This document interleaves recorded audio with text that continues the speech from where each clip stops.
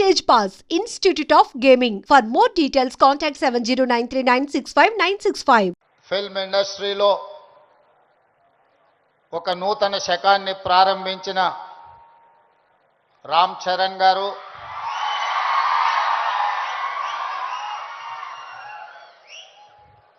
అదేవిధంగా ఏ background movie ఇండస్ట్రీలో లేకపోయినా కష్టపడితే రాణించవచ్చు అని నిరూపించిన మరో యువమిత్రులు విజయ్ దేవరకొండ గారు,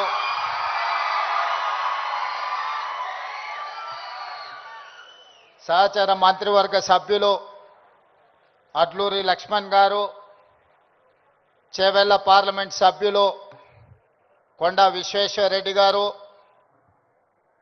రాజ్యసభ సభ్యులు అనిల్ కుమార్ యాదవ్ గారు, film development corporation chairman Venkataramana Reddy, మనందరం గౌరవంగా పిలుచుకునే దిల్ రాజు గారు, అదేవిధంగా Telangana police department DGP Jitender గారు, Telangana anti narcotics bureau DG Sandeep Sandilya గారు, ఇతర పోలీస్ ఉన్నతాధికారులు, డ్రగ్స్ మహమ్మారిని నియంత్రించాలి అని, స్పోర్ట్స్ని ఆదర్శంగా తీసుకోవాలని మీ అందరినీ ప్రభావితం చేయాలని విచ్చేసిన పుల్లెల గోపీచంద్ గారు, అదేవిధంగా ఈ కార్యక్రమంలో పాల్గొన్న కవులు, కళాకారులు, వందలాది మా యువమిత్రులందరికీ కూడా మనస్ఫూర్తిగా తెలంగాణ రాష్ట్ర ముఖ్యమంత్రిగా స్వాగతం పలుకుతున్నా. మిత్రులారా, ఈ ప్రాంతానికి, ఈ ప్రజలకు ఒక గొప్ప చరిత్ర ఉన్నది. ఆనాటి కొమరం భీముడు, రామ్జీ గోండు నుంచి మొదలు పెడితే మలితరం తెలంగాణ ఉద్యమంలో నిజాంలకు, రజాకర్లకు వ్యతిరేకంగా పోరాటం చేసిన చాకలి ఐలమ్మ, దొడ్డి కొమరయ్య, అదేవిధంగా సర్దార్ సర్వాయి పాపన్న గౌడ్ లాంటి పోరాట యోధులు ఈ తెలంగాణ ప్రాంతానికి ఒక స్ఫూర్తి. ఇంతకుముందు అక్కడ ఒక యువమిత్రుడు గుర్తు చేస్తున్నారు, మన్యం వీరుడు అల్లూరి సీతారామరాజు నుంచి మొదలు పెడితే నల్లమల వీరుడు కొమరం భీముడు వరకు ఈ ప్రాంతం ఒకనాడు జల్ జమీన్ జంగల్ కోసం పోరాటం చేస్తే మలితరంలో భూమి కోసం, భుక్తి కోసం, విముక్తి కోసం జరిగిన పోరాటాలు ఈ ప్రాంతంలో ఎక్కడ చూసినా మీకు కనిపిస్తాయి. ఇవాళ మీరు ఎక్కడికి వెళ్ళినా, అది ఆదిలాబాద్ కావచ్చు, వరంగల్ కావచ్చు, నల్లగొండ కావచ్చు, లేదా నల్లమల అడవి కావచ్చు, మన ప్రాంతం, మన ప్రజలు ఒక పోరాటానికి స్ఫూర్తినిచ్చిన వాళ్ళు. ఆ పోరాట స్ఫూర్తి నుంచి వచ్చిన ఉద్యమమే తెలంగాణ ఉద్యమం. ఈ తెలంగాణ ఉద్యమం ఆనాడు విద్యార్థుల నుంచి మొదలై తెలంగాణ రాష్ట్రాన్ని సాధించే వరకు విశ్రమించలేదు. ఆనాటి యూనివర్సిటీలు, కళాశాలలు ఉద్యమ వేదికలై ఉస్మానియా యూనివర్సిటీ, కాకతీయ యూనివర్సిటీల నుంచి మొదలు పెడితే తెలంగాణ నలుమూలల 4 కోట్ల మంది తెలంగాణ ఉద్యమంలో ముందు బాగానే నిలబడి దేశానికి కాదు ప్రపంచానికి ఒక స్ఫూర్తినిచ్చి మేము అనుకున్న ఆకాంక్ష నెరవేర్చుకునే వరకు మేము విశ్రమించము, మా రాష్ట్రాన్ని మేము సాధించుకుంటాము అని చెప్పి ఒక ఉద్యమ స్ఫూర్తిని నింపి ఇవాళ తెలంగాణ రాష్ట్రాన్ని సాధించుకొని 11 సంవత్సరాలు పూర్తి చేసుకుంటున్న సందర్భంలో ఉద్యమ స్ఫూర్తితో ముందుకు వెళ్లాల్సిన తెలంగాణ రాష్ట్రం ఈరోజు డ్రగ్స్ మహమ్మారికి బలి అవుతున్నది అని అంటే ఇది ఎంతో బాధపడవలసిన సందర్భము, మనందరం ఆలోచన చేయాల్సిన సందర్భం. మిత్రులారా, ఒకనాడు తెలంగాణ గడ్డ ఉద్యమాలకు వేదిక అయితే ఈనాడు ఇదే తెలంగాణ ప్రాంతం గంజాయికో, డ్రగ్స్కో వేదికగా మారితే ఇది మనకు అవమానమా, ఇది మనకు ఆత్మగౌరవమా? ఒకసారి ఆలోచన చేయండి. అందుకే డిసెంబర్ 7, 2023 నాడు తెలంగాణ రాష్ట్ర రెండవ ముఖ్యమంత్రిగా ప్రమాణ స్వీకారం చేసిన మరుక్షణం స్పష్టంగా చెప్పిన తెలంగాణ గడ్డ మీద గంజాయి కాదు కదా, గడ్డి పరకైనా మాదక ద్రవ్యాల వైపు ఆలోచన చేస్తే వాళ్ళ వెన్ను విరుస్తాము అని చెప్పి తెలంగాణ రాష్ట్ర ప్రభుత్వం స్పష్టంగా చెప్పింది. ఇవాళ మిత్రులారా, ఈ వేదిక మీద ఉన్న మేమెవరం పెద్ద పెద్ద బ్యాక్గ్రౌండ్ల నుంచి వచ్చిన వాళ్ళం కాదు. చరణ్కు బ్యాక్గ్రౌండ్ ఉంది, కానీ చరణ్ని ప్రభావితం చేసిన చిరంజీవి గారు ఏ బ్యాక్గ్రౌండ్ లేకుండా కష్టపడి కింది నుంచి ఈరోజు దేశమే గర్వించదగ్గ ఒక్క మహానటుడుగా ఈరోజు ఒక్క మంచి మనిషిగా గుర్తింపు పొందిండు అని అంటే దాదాపుగా 50 సంవత్సరాల నిరంతర శ్రమ, కఠోరమైన దీక్షతోని వాళ్ళు రాణించగలిగిన వాళ్ళు కఠోరమైన కష్టాలను ఎదుర్కొని, కష్టాలు వచ్చినా, ఇబ్బందులు ఎదురైనా, అవమానాలకు లోనైనా ఏ రోజు కూడా బాధతో కుంగిపోలేదు. భయంతో మాదక ద్రవ్యాల వైపు లేకపోతే వ్యసనాల వైపు బానిసలు కాలేదు. నిటారుగా నిలబడి వాటిని ఎదుర్కొని ఈరోజు ప్రపంచానికే ఆదర్శంగా నిలబడే విధంగా ఈరోజు వాళ్ళు రాణించారు. మరి ఈనాడు మనమందరం ఆలోచన చేయాలి. ఉద్యమ స్ఫూర్తి అయిన తెలంగాణ రాష్ట్రం, ఉద్యమాలతోనే సాధించుకున్న తెలంగాణ రాష్ట్రంలో ఈరోజు పాఠశాలల నుంచి కళాశాలల వరకు, కళాశాలల నుంచి యూనివర్సిటీల వరకు విద్యార్థులు గంజాయి ప్రభావితానికో లేకపోతే డ్రగ్స్ మహమ్మారికి బలైపోతున్నారు అని అంటే మనందరం చూసుకుంటూ కూర్చుందామా? ఒకసారి ఆలోచన చేయండి. అందుకే మిత్రులారా, ఈరోజు ప్రపంచ దేశాలలో అత్యధిక జనాభా ఉన్న దేశం భారతదేశం. కానీ ఈరోజు మీరు ఆలోచన చేయండి, మొన్న జరిగిన ఒలింపిక్స్ క్రీడల్లో పుల్లెల గోపీచంద్ గారు తయారు చేసిన వాళ్ళు కాస్తో కూస్తో మెడల్స్ సాధించి, సానియా మిర్జా కావచ్చు, లేకపోతే పివి సింధు కావచ్చు, లేదా నిఖత్ జరీన్ కావచ్చు, లేకపోతే సిరాజుద్దీన్ కావచ్చు, వీళ్ళు క్రీడలలో రాణించి ఈ దేశ ప్రతిష్టను కాపాడింది. ఒకవైపు 140 కోట్ల జనాభా ఉన్న భారతదేశం ఒలింపిక్స్లో ఒక్క గోల్డ్ మెడల్ సాధించలేదు అని అంటే ఇది ప్రపంచంలో మనకు అవమానం కాదా? ఒక్కసారి ఆలోచన చేయండి. ఈరోజు ఈ దేశంలో ఉన్న జనాభాలో 15 సంవత్సరాలు పైబడి 40 సంవత్సరాల లోపల ఉన్న యువత 68%. 140 కోట్ల జనాభాలో 68% యువత ఉన్న దేశం ప్రపంచంలో ఏకైక దేశం భారతదేశం. ఈ భారతదేశం ఒలింపిక్స్లో ఒక గోల్డ్ మెడల్ సాధించలేదు అని అంటే మనందరం ఆలోచన చేసి ఈరోజు ఒక నిర్ణయం తీసుకోవాలి. అందుకే మిత్రులారా, ఈరోజు మీ అందరినీ వేదిక మీద నుంచి ఈడికొచ్చిన వాళ్ళు 100 మందే ఉండొచ్చు, కానీ తెలంగాణ రాష్ట్రంలో ఉన్న లక్షలాది మంది విద్యార్థులను ఈ వేదిక మీద నుంచి నేను అడుగుతున్న మీ రేవంత్ అన్నగా, ఇది మన దేశానికి, మన రాష్ట్రానికి గౌరవాన్ని తెచ్చిపెట్టేదేనా? ఈ గంజాయికి బానిసలం అయితే ఈరోజు ఈ దేశం మనుగడ సాధిస్తుందా? ఇంతకుముందు మిత్రులు చెప్పినట్టు మన దేశం యొక్క యువ సంపదను నిర్వీర్యం చేయాలి అంటే విజయ్ దేవరకొండ ఒక అంశాన్ని ప్రస్తావించండు.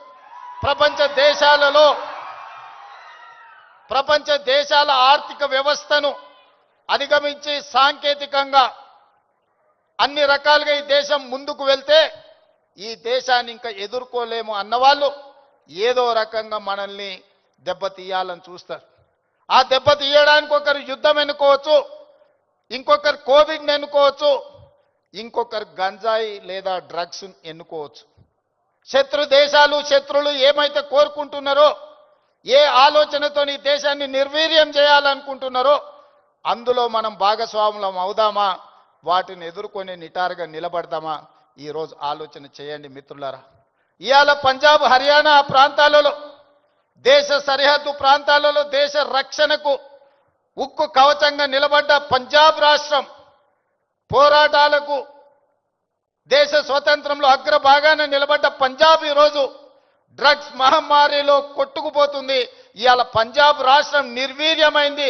అక్కడి యువత బానిసలుగా మారి గంజాయికు, డ్రగ్స్కు లోనై ఈరోజు ఆ కుటుంబాలు ఈరోజు అంతులేని దుఃఖంలో మునిగి తేలుతున్నారంటే దీనికి కారణాన్ని మనం ఆలోచన చేయాల్సిన అవసరం ఉన్నది. ఇవాళ ఒకనాడు యుద్ధం అంటేనే పంజాబీ వీరులు యుద్ధంలో ముందు బాగానే నిలబడి దేశాన్ని గెలిపించిన వాళ్ళు.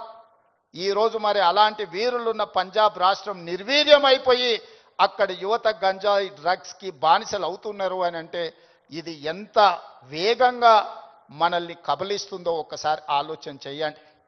అందుకే డిసెంబర్ 7, 2023 నాడు బాధ్యత చేపట్టిన తర్వాత ఉన్నతాధికారులను మా మంత్రివర్గ సహచరులను సమీక్షకు పిలిచి స్పష్టమైన ఆదేశాలు ఇచ్చిన. ఈ రాష్ట్ర సరిహద్దుల్లో ఎవరైనా కాలు పెట్టాలి అని అంటే 100 సార్లు ఆలోచన చెయ్యాలి. ఈ ప్రాంతంలో అడుగు పెడితే తిరిగి పోము. అది గంజాయి అయినా, అది డ్రగ్స్ అయినా, ఇంకే రకమైన మాదక ద్రవ్యాలు తెలంగాణ సరిహద్దులను దాటనివ్వద్దు. అవసరమైతే సరిహద్దులు దాటి వాళ్ళ వెన్ను విర్చాలి అని చెప్పి ఈరోజు నేను మా అధికారులకు ఆదేశాలు ఇచ్చిన. ఇవాళ ఈ అంతర్జాతీయ డ్రగ్స్ నియంత్రణ ఈ దినోత్సవం ఈరోజు ఈ కార్యక్రమంలో యువ మిత్రులు రామ్ చరణ్ కావచ్చు, విజయ్ దేవరకొండ కావచ్చు, వాళ్ళు ఎంత బిజీ స్కెడ్యూల్ ఉన్నా ఇవాళ మేమందరం కూడా ఇక్కడ ఎందుకు వచ్చినామంటే ఈ యువతకు ఒక స్ఫూర్తిని ఇవ్వాలి, ఈ యువతకు ఒక సందేశాన్ని ఇవ్వాలి, తెలంగాణ రాష్ట్రం దేశానికి ఆదర్శంగా నిలబడాలి అని. అదేవిధంగా మిత్రులారా, ఈరోజు తెలంగాణ రాష్ట్రం అంటే ఒక ఐటీ హబ్, ఈరోజు తెలంగాణ రాష్ట్రం అంటే ఒక ఫార్మా హబ్. ఈరోజు ఈ తెలంగాణ రాష్ట్రం మీరందరూ మనమందరం ఉండంగా ఇది ఒక గంజాయికో డ్రగ్స్కో హబ్గా మారితే మనందరము ఈరోజు విఫలమైనట్టే, తెలంగాణ రాష్ట్రానికి అన్యాయం చేసిన వాళ్ళం అవుతాం. అందుకే ఈరోజు ఏ పాలసీ లేని తెలంగాణ రాష్ట్రానికి స్పోర్ట్స్ పాలసీని తీసుకొచ్చినాం. యువతను సరైన మార్గంలో పెట్టాలి, వాళ్ళకు అవకాశాలు కల్పించాలి, వాళ్ళని అభివృద్ధి పదం వైపు నడిపించాలి. అందుకే నూతన విధానం ద్వారా యంగ్ ఇండియా స్కిల్స్ యూనివర్సిటీని తీసుకొచ్చినాం. ఈరోజు ప్రతి సంవత్సరం 1,10,000 మంది ఇంజనీరింగ్ విద్యార్థులు గ్రాడ్యుయేట్స్ అవుతుంటే 1,10,000 మందికి ఇంజనీరింగ్ పట్టాలు ఇస్తున్నాం. కానీ వాళ్ళకి సరైన సాంకేతిక పరిజ్ఞానాన్ని, సరైన అనుభవాన్ని మనం అందించలేకపోతున్నాం. అందుకే ఒక పక్కన డిమాండ్ ఉంది, ఇంకొక పక్కన సప్లై ఉంది. కానీ డిమాండ్ సప్లై మధ్యలో there is an gap between demand and supply. అందుకే ఈరోజు ఆ డిమాండ్ అండ్ సప్లైని బ్యాలెన్స్ చేయడానికి యంగ్ ఇండియా స్కిల్స్ యూనివర్సిటీని ఈ రాష్ట్రంలో ఉన్న యువకులకు సాంకేతిక నైపుణ్యాన్ని నేర్పించి ప్రపంచ దేశాలను శాసించే విధంగా మన యువతకు శిక్షణ ఇవ్వాలి అని ఈరోజు యంగ్ ఇండియా స్కిల్స్ యూనివర్సిటీని ప్రారంభించుకున్నాం. అదేవిధంగా ఒలింపిక్స్ చూసిన తర్వాత నేను కొన్ని దేశాలు వెళ్ళొచ్చిన. సౌత్ కొరియా 4 అంటే ఒక హైదరాబాద్ జనాభా ఎంత ఉంటుందో అంత జనాభా ఉన్న ప్రాంతంలో ఈరోజు ఒలింపిక్స్లో 32 మెడల్స్ వచ్చినాయి. 32 గోల్డ్ మెడల్స్లో ఒకే ఒక సౌత్ కొరియన్ స్పోర్ట్స్ యూనివర్సిటీ అని ఒక 30 ఎకరాలలో ఉన్న యూనివర్సిటీలో 16 గోల్డ్ మెడల్స్ వచ్చినాయి. 16 గోల్డ్ మెడల్స్లో ఒక అమ్మాయికి 3 గోల్డ్ మెడల్స్ ఒలింపిక్స్లో సాధించింది. సౌత్ కొరియాలో ఒక అమ్మాయి 3 గోల్డ్ మెడల్స్ సాధిస్తే 140 కోట్ల జనాభా ఉన్న భారతదేశం ఒక గోల్డ్ మెడల్ సాధించలేదంటే ఆ దేశంలో ఉన్న ఒక అమ్మాయితో 140 కోట్ల మంది మనం పోటీ పడలేకపోతున్నాము అని అంటే ఇది ఆలోచన చెయ్యాలి. అందుకే ఈరోజు వీటన్నిటిని చూసినాం. ఆస్ట్రేలియన్ యూనివర్సిటీ, సౌత్ కొరియన్ యూనివర్సిటీలతోని ఒప్పందాలు చేసి అక్కడి నుంచి కోచ్లను, అక్కడి నుంచి నిపుణులను రప్పించి తెలంగాణను ఒక స్పోర్ట్స్ హబ్గా తీర్చిదిద్దాలి అని యంగ్ ఇండియా స్పోర్ట్స్ యూనివర్సిటీని ఈ మధ్యనే మనం పాలసీని అడాప్ట్ చేసుకున్నాం. రాబోయే రోజుల్లో తెలంగాణ రాష్ట్రం అంటే ప్రపంచ దేశాలు క్రీడల శిక్షణ ఇవ్వడానికి హైదరాబాదు నగరానికి వెళ్ళాలి అనే విధంగా దీని అభివృద్ధి పదం వైపు నడిపించాలని ఈరోజు స్పోర్ట్స్ పాలసీని తీసుకొచ్చినాం. అందుకే ఈరోజు మీరందరూ ఆలోచన చేయండి, మీరందరూ భాగస్వాములు కాండి. ఈ రాష్ట్రాన్ని బలంగా నిర్మించినప్పుడే ఈ దేశం బలపడుతుంది. ఈ దేశం బలపడ్డప్పుడే ప్రపంచ దేశాలతో పోటీ పడగలుగుతాం. ఈ రోజు మనం అందుకే తెలంగాణ రైజింగ్ 2047 అని ఒక విజన్ డాక్యుమెంట్ను, ఒక విజన్ని మనం ఈరోజు తెచ్చుకోవాలని అనుకుంటున్నాం. ఈ విజన్లో భాగంగా క్రీడలలో రాణించడమే కాదు, ఆర్థికంగా బలపడాలి. 10 సంవత్సరాలలో $1 ట్రిలియన్ ఎకానమీకి రీచ్ అవ్వాలి. 22 సంవత్సరాలలో $3 ట్రిలియన్ ఎకానమీకి తెలంగాణ రాష్ట్రాన్ని ముందుకు తీసుకువెళ్ళాలి అని చెప్పి ఈరోజు తెలంగాణ రైజింగ్ 2047 విజన్ డాక్యుమెంట్ని మనం ప్రణాళిక చేసుకుంటున్నాం. అందుకే రాష్ట్ర ప్రభుత్వం అన్ని రకాలుగా తెలంగాణ రాష్ట్రంలో ఉండే యువతకు శిక్షణ ఇవ్వాలి, అవకాశాలు కల్పించాలి, భవిష్యత్తులో మీరు గొప్ప వాళ్ళు కావాలి అని నేను ఈ వేదిక మీద నుంచి కోరుకుంటున్నా. మీకందరికీ తెలియాల్సింది, చరణ్ స్కూల్కి వెళ్ళేటప్పుడు నాకు తెలుసు, ఆ రోజు నేను అనుకున్న చరణ్ రాణించాలి అని. ఈరోజు నేను గర్వంగా ఫీల్ అవుతున్నా. నా కళ్ళ ముందరనే స్కూల్ నుంచి కాలేజ్ నుంచి రియల్ లైఫ్ నుంచి రియల్ స్టార్ లాగా ఫిల్మ్ ఇండస్ట్రీలో రాణించి ఈరోజు RRR ద్వారా ఆస్కర్ అవార్డుని సాధించి దేశానికి ఒక గౌరవాన్ని తెచ్చిపెట్టింది. అది అంత ఆశామాసిగా వారు సాధించిన విజయం కాదు. చిరంజీవి గారి పేరుంటే మనందరం మన ఇళ్లలో జరిగే ఫంక్షన్లకు ఆహ్వానిస్తాం, కానీ ఆస్కార్ అవార్డు మనం ఇయ్యలేం. కష్టపడ్డాడు కాబట్టి, రాణించుండు కాబట్టి ఈరోజు ప్రపంచమే ఆస్కార్ అవార్డు ఇచ్చి ఒక యువమిత్రుణ్ణి గౌరవించింది. మరి దానికి కారణం కఠోరమైన దీక్ష, పట్టుదలతో ఆ రంగంలో రాణించడం. అందుకే మీ అందరికీ ఈరోజు సినిమాలలో వాళ్ళు పోషించే పాత్రలు కాదు, రియల్ వాళ్ళ లైఫ్ని ఆదర్శంగా తీసుకోండి. వాళ్ళు ఎంత కష్టపడితే ఇక్కడికి చేరుకొని ఉండొచ్చు. విజయ్, నేను అప్పుడప్పుడు చెప్తా ఉంటా మీకు అందరికీ, నల్లమల అడవులో నుంచి నేను ఇంత దూరం వచ్చా. ఒక ZPTC, MLC, MLA, MP, Congress president, ముఖ్యమంత్రి 16 సంవత్సరాలల్లా ఒక్కొక్క అడుగేసుకుంటూ 2016లో నేను మొదలుపెట్టిన ప్రయాణం 2023 తెలంగాణ రాష్ట్రానికి ముఖ్యమంత్రిగా ఈరోజు బాధ్యత చేపట్టిన. అదే నల్లమల అడవి నుంచి వచ్చిన వాడు విజయ్ దేవరకొండ. మా పక్క ఊరు పాలమూరు నుంచి ఈరోజు మీ అందరి అభిమానాన్ని సాధించిందంటే కష్టం లేకుండా, కమిట్మెంట్ లేకుంటే ఇంత దూరం రారు. వాళ్ళ నిజ జీవితాలను ఆదర్శంగా తీసుకోండి. వాళ్ళు సినిమాలలో పోషించిన కొన్ని పాత్రలు పాజిటివ్ ఉండొచ్చు, నెగటివ్ ఉండొచ్చు, అవి కాదు మనకు ఆదర్శం. ఈరోజు రాణించాలి అంటే కష్టపడాలి అంటే కమిట్మెంట్ ఉండాలి. అందుకే ఈరోజు స్కూళ్ళలో, కాలేజీలో ఎక్కడైనా ఈ మాదక ద్రవ్యాలకు సంబంధించిన సమాచారం ఉంటే పోలీసులకు మీరే చేరవేయండి. ఇంతకుముందే టోల్ ఫ్రీ నెంబర్ని మీకు అందరికీ డిస్ప్లే చేసిండ్రు. నో డ్రగ్స్ అనే దానికి మీరే వారధులుగా కాండి. ఇన్ఫర్మేషన్ వ్యవస్థనే పోలీస్ వ్యవస్థను బలోపేతం చేస్తుంది. ఈరోజు నియంత్రించాలి అంటే సమాచారం ఉండాలి. సమాచారం ఉండాలి అంటే ఆ సమాచారం కాలేజీలలో చదువుకుంటున్న విద్యార్థులు, పాఠశాలల్లో చదువుకుంటున్న విద్యార్థులు టోల్ ఫ్రీ నెంబర్కు మీరు సమాచారం అందించండి. తప్పకుండా వాటిని నియంత్రిస్తాం. ఈ వేదిక మీద నుంచి పాఠశాల, కళాశాలల యజమానులకు కూడా నేను సూచన చేస్తున్నా, రేపు మీ కళాశాలలో ఇట్లాంటి అసాంఘిక కార్యక్రమాలు జరిగితే దానికి మీరే బాధ్యత వహించాల్సి ఉంటుంది. ఎందుకంటే తల్లిదండ్రులు మీ మీద నమ్మకంతో, విశ్వాసంతో లక్షలాది రూపాయలు ఫీజులు చెల్లించి పిల్లల్ని మీ పాఠశాలలు, మీ కళాశాలలకు పంపిస్తే మీరు చదువు చెప్పడంతోనే మీ బాధ్యత అయిపోయింది అనుకుంటే కుదరదు. వాళ్ళు ఏ విధంగా వ్యవహరిస్తున్నారో, వాళ్ళు ఎలాంటి వ్యసనాలకు లోనవుతున్నారో పర్యవేక్షించాల్సిన బాధ్యత యాజమాన్యాల మీద ఉన్నది. రాబోయే రోజుల్లో మా డీజీపీ, నా యాంటీ నార్కటిక్స్ అధికారులకు నేను ఆదేశాలు ఇస్తున్నా. ఏ కళాశాల, ఏ స్కూలు ప్రాంగణంలో ఎక్కడైనా గంజాయి, డ్రగ్స్ ఆనవాళ్ళు దొరికితే యాజమాన్యాలను కూడా కేసుల్లో పెట్టండి. వాళ్ళ బాధ్యత. మనము నమ్మి మన పిల్లల్ని వాళ్ళ స్కూళ్ళకు, వాళ్ళ కాలేజీలకు పంపిస్తే లక్షలాది రూపాయల ఫీజులు కడితే వాళ్ళను పర్యవేక్షించకుండా, బాధ్యత తీసుకోకుండా ఫీజులు తీసుకుంటాం కానీ బాధ్యత తీసుకోము అంటే కుదరదు. ఖచ్చితంగా ఆ స్కూలు, కాలేజీ యాజమాన్యాలు కూడా బాధ్యత తీసుకోవాలి. మీరు ఎట్లయితే సైన్స్, మ్యాథమెటిక్స్, ఇంగ్లీష్ చెప్పడానికి టీచర్లను పెట్టుకుంటున్నారో, మీరు ఎట్లయితే స్పోర్ట్స్ కోసం మీరు టీచర్స్ని రిక్రూట్ చేస్తున్నారో, పిల్లల బిహేవియరల్ చేంజెస్ను కూడా గమనించడానికి చైల్డ్ సైకాలజీ అవగాహన ఉన్న వాళ్ళని కూడా ప్రొఫెషనల్స్ని మీ కాలేజీల్లో, స్కూళ్ళల్లో పెట్టుకోండి. పిల్లల ప్రవర్తనలో మార్పు గమనించాలి.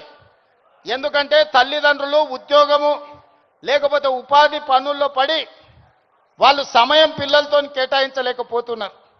అందుకే majority time kids are spending in their schools. So అక్కడనే వాళ్ళని గమనించాలి.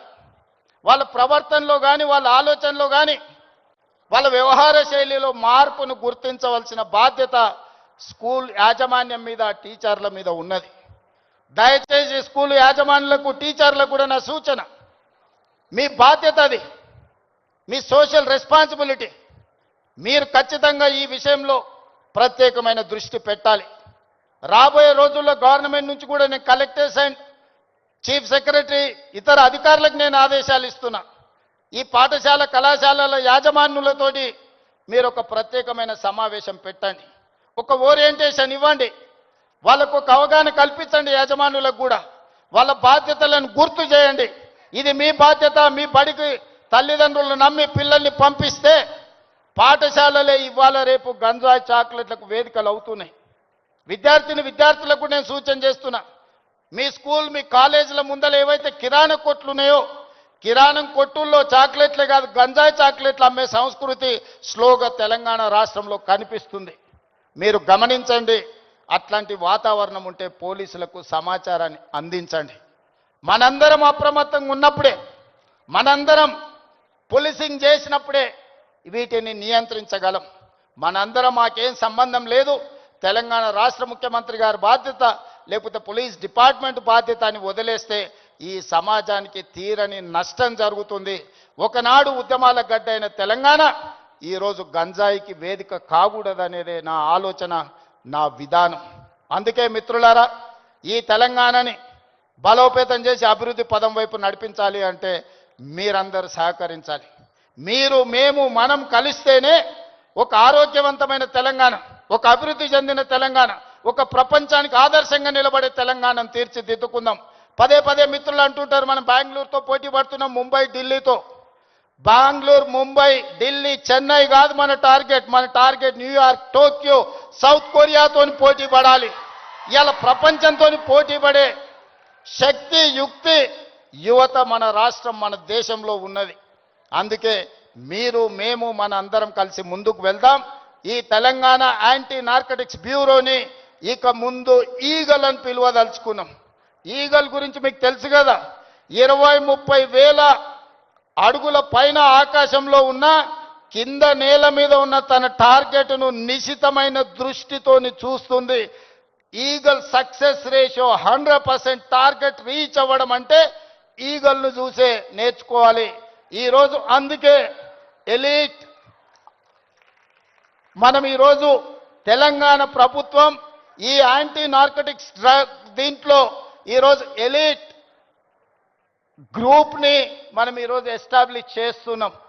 ఎందుకంటే ఈ డ్రగ్స్ ఎన్ఫోర్స్మెంట్ లాని చేయడానికి ఈగల్ అనే ఒక ఆర్గనైజేషన్ని క్రియేట్ చేస్తున్నాం.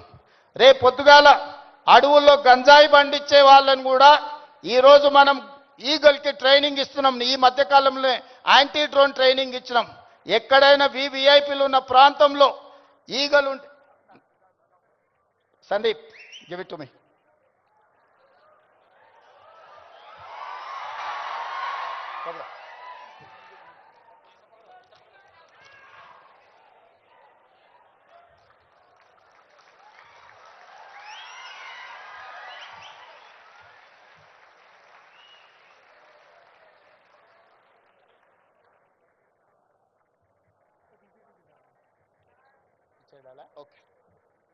ఈగల్ అంటే elite action group for drugs law enforcement. ఈ రోజు నుంచి ఈ ఆర్గనైజేషన్ పనిచేస్తుంది. ఈ గద్ద మీరు ఎక్కడ గంజాయి పండించినా కనిపెడుతుంది. ఇవాళ మీరు ఈ గద్ద అడవిలో దీనికి స్పెషల్ ట్రైనింగ్ ఇవ్వబోతున్నాం. ఎక్కడైనా ఏ పొలాలలో గంజాయి పండించినా ఖచ్చితంగా ఇవి చూస్తాయి. తెలంగాణలో ఉండే 1,50,00,000 ఎకరాల వ్యవసాయ భూముల్లో ఎక్కడైనా గంజాయి మొక్క మొలిస్తే కూడా ఈ డిపార్ట్మెంట్ గుర్తుపడుతుంది. ఈ సరిహద్దులో డ్రగ్స్ ఎవరైనా తీసుకురావాలన్నా ప్రభుత్వం వీటన్నిటిని కూడా నిశితంగా గమనిస్తుంది. అందుకే మిత్రులారా, ఈ కార్యక్రమానికి ప్రత్యేకంగా సమయం కేటాయించి తెలంగాణ రాష్ట్రంలో స్పోర్ట్స్ని ఎంకరేజ్ చేయడానికి మీకు తెలుసు, నిఖత్ జరీన్కి గ్రూప్ 1 జాబ్ డిఎస్పీ జాబ్ ఇచ్చిన బాక్సింగ్ ఛాంపియన్కి, అదేవిధంగా సిరాజుద్దీన్ క్రికెట్ వరల్డ్ కప్ సాధించిన cricket commandant group 1 police job ఇచ్చినాం. దీప్తి అని పారా ఒలింపిక్స్లో మెడల్ సాధిస్తే గ్రూప్ 2 జాబ్ ఇప్పించినాం. ఇవాళ చదువులో రాణించకపోతే మీరు స్పోర్ట్స్లో రాణించండి, మీకు మంచి మంచి ప్రభుత్వ ఉద్యోగాలు ఇచ్చే బాధ్యత నాది. ఈరోజు మీరు చదువుకుంటేనే ప్రభుత్వంలో గొప్ప వాళ్ళం అవుతాం అనుకోకండి. రాబోయే రోజుల్లో మీకు పొలిటికల్గా కూడా మీకు స్పెషల్ కోటా ఉంటుంది స్పోర్ట్స్లో రాణించిన వాళ్లకు. అందుకే ఈరోజు చదువులో రాణించండి, లేకపోతే క్రీడల్లో ముందుకు రండి. ఏది కాదన్నప్పుడు సామాజిక బాధ్యత తీసుకొని సమాజంలో హీరోలుగా నిలబడండి. మీరందరూ కూడా ఖచ్చితంగా ఈ కార్యక్రమంలో పాల్గొన్న వాళ్ళందరూ వాళ్ళ మిత్రులకు వాళ్ళ కుటుంబ సభ్యులకు ఈ సమాచారాన్ని చేరవేస్తారని చేరవేయాలని ఈరోజు నేను కోరుకుంటున్నా.